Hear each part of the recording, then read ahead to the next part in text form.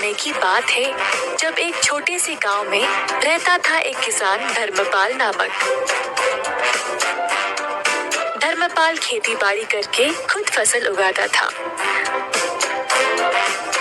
उसके पास कुछ पशु भी थे, जैसे मुर्गी, सूअर, बकरा और एक बड़ी सी गाय जिसको वो बहुत ज्यादा पसंद करता था।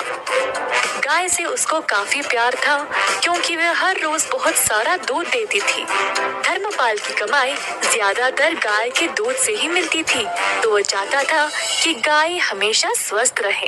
एक दिन जब धर्मपाल खेत में काम कर रहा था, उसका बेटा रोते हुए उसके पास आया। बापू, बापू, जल्दी आइए।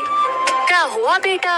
गैया बीमार हो गई शायद, जमीन पर पड़ी है और अजीब आवाजें निकाल रही है, दूध भी नहीं दे रही है। किसान और उसका बेटा तुरंत घर की ओर गए तो देखा कि गैया बहुत कमजोर लग रही थी। जब दूध निकालने की कोशिश की तो दूध भी नहीं निकला। किसान बहुत ही परेशान हो गया। अगर यह दूध नहीं देगी तो मैं क्या करूँगा? बिना दूध के ये तो बेकार है मेरे लिए। हर बार इसके लिए दवाई और देख रेख करने का समय नहीं है मेरे पास। कुछ ना कुछ करके इससे छुटकारा ही पाना पड़ेगा। किसान को लगा कि अब गाय ठीक नहीं हो पाएगी, तो उसको खड़ा करके वन की ओर चलाते गया। गाय ने बहुत दूध दिया और अब वह उसके लिए बेकार हो चुकी थी। जंगल के भीतर पहुंचने के बाद किसान ने गाय को खुला छोड़ दिया और वहां से चला गया। बेचारी गैया अकेली और असहाय खड़ी रही। थोड़ी देर बाद गाय जंगल से डरने लगी और वहां से निकलने का रास्ता ढूंढने लगी। अपनी हिम्मत जुटाकर चलने लगी। बहुत देर बाद आखिरकार वह खुली जगह पर पहुंच गई, पर उसको पता ही नहीं था कि वह कहाँ आ गई। अचानक से उसने एक छोटा सा घर देखा और जल्दी उसकी ओर चलने लगी। घर तक पहुंचते ही वह थकावट से बेहोश गिर पड़ी दरवाजे के पास। यह एक गरीब आदमी मधु का घर था। सुबह सवेरे मधु बाहर आया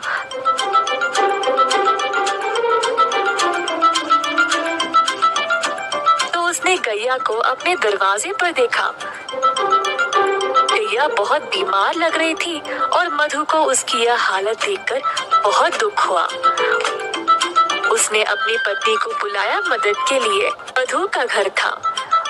सुबह सवेरे मधु बाहर आया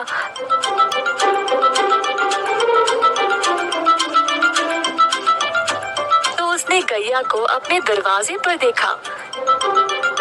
गैया बहुत बीमार लग रही थी और मधु को उसकी यह हालत देखकर बहुत दुख हुआ। उसने अपनी पत्नी को बुलाया मदद के लिए।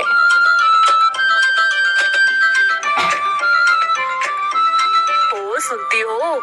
यह बेचारी गैया बहुत बीमार है, इसका ख्याल रखना पड़ेगा। मेरे पास थोड़ा सा घास और चावल है जो यह खा सकती है।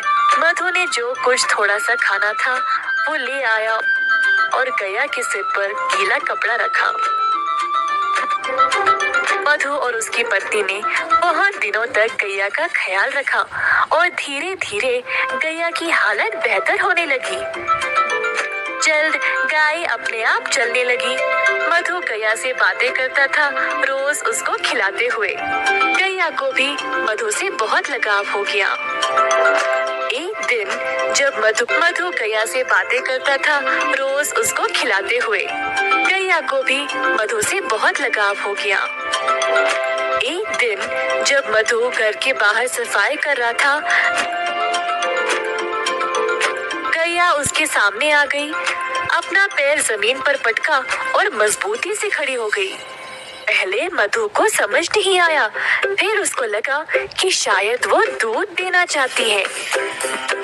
मधु ने एक मटका लाया और गाय से दूध निकालने लगा। इतना सारा दूध देखकर मधु खुशी से झूम उठा। जल्दी वह अपनी पत्नी को दिखाया। देखो क्या हुआ आज, गौ माता ने दूध दिया है। हम इसको बेचकर अच्छा पैसा कमा सकते हैं। ये तो कमाल हो गया जी, प्रभु ने हमारी प्रार्थना सुन ली। ठीक है, आप जल्दी बाजार जाइए और इसको बेचकर पैसे ले आइए। आज रात हम घर पे दावत करेंगे। तो मधु गया बाजार और दूध बेचकर अच्छा पैसा कमाया।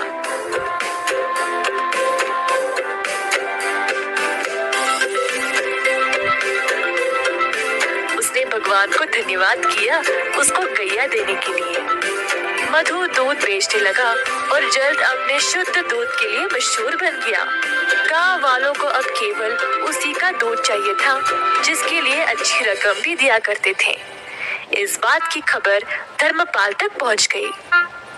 मेरी गैया को चुराने की हिम्मत कैसे हुई इसकी, और अब वह अच्छे पैसे कमा रहा है। मैं अभी जाकर उसको वापस लूंगा, वो तो मेरी गाय है। धर्मपाल गया मधु के घर। मैंने सुना मेरी गैया तुम्हारे पास है और तुम उसका दूध बेच रहे हो। ये तुम्हारी नहीं है, दे दो मुझे वापस।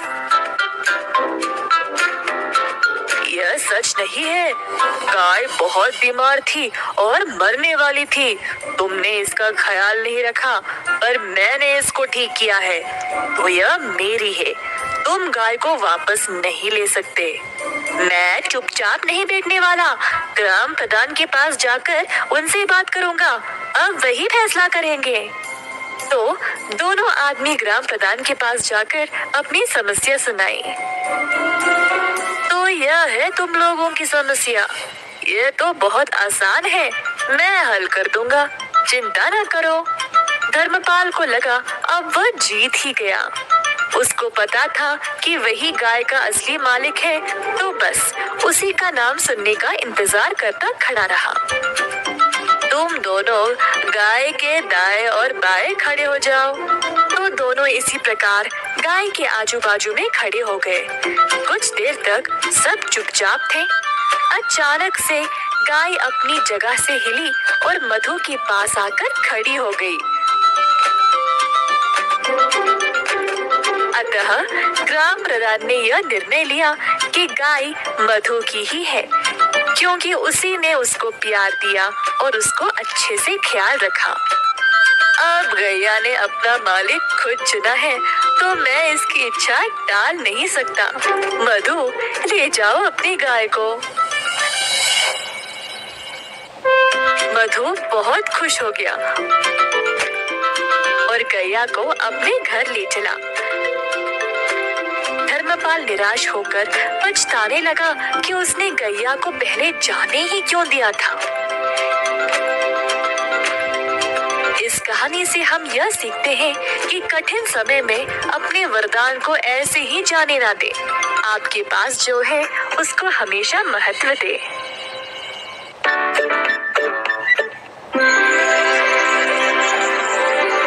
एक बार एक पंडित और उसकी पत्नी गांव में रहते थे। वे एक